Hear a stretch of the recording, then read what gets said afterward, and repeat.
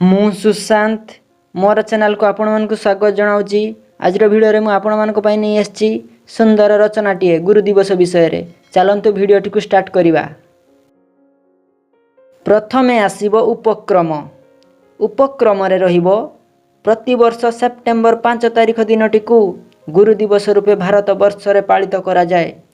एही दिवसटी विशेष भाव रे शिक्षानुष्ठान मानकरे विशेषत्व विद्यालय मानकरे पालित हुए।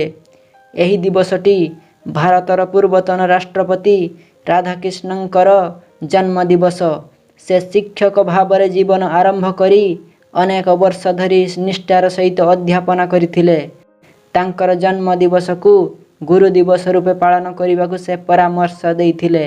फलरे 1962 मसीहारू एही दिवसटी पालित हेउछि। तापरे आसीबो तात्पर्य। भारत वर्ष हेउछि ज्ञान गरिमार देश। ए देशर शिक्षा प्रणाली प्राचीन काल रे उन्नत थिला।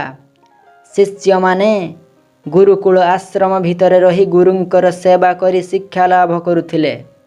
शिक्षा और दीक्षा उभय प्रदान करिवा थिला गुरुंकर कार्य।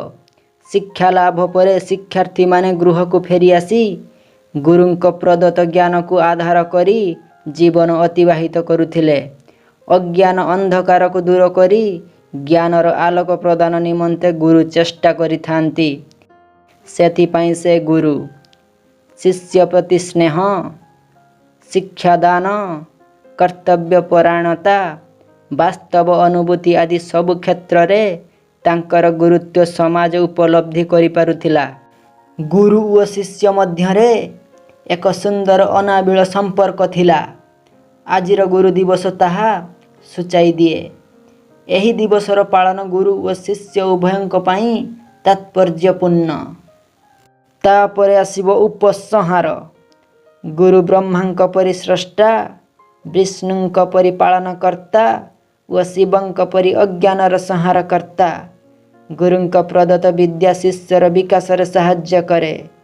गुरुंक ठारु ज्ञान लाभ करी शिष्य सचेतन, समर्थ, रोजगारक्षम व सच्छल हुए। जे श्रद्धावान से गुरुंक ठारु अधिक शिक्षा लाभ करे। जे जिज्ञासु से गुरुंकठु अधिक शिखिबाकु प्रयासी हुए। गुरुंकर गुरुत्व व कार्यावली को स्मरण करी छात्र छात्री माने पारंपरिक भावरे गाई थांती। गुरु ब्रह्मा गुरु विष्णु गुरुदेव महेश्वर गुरु साक्षात् परम ब्रह्म तस्मै श्री गुरवे नमः।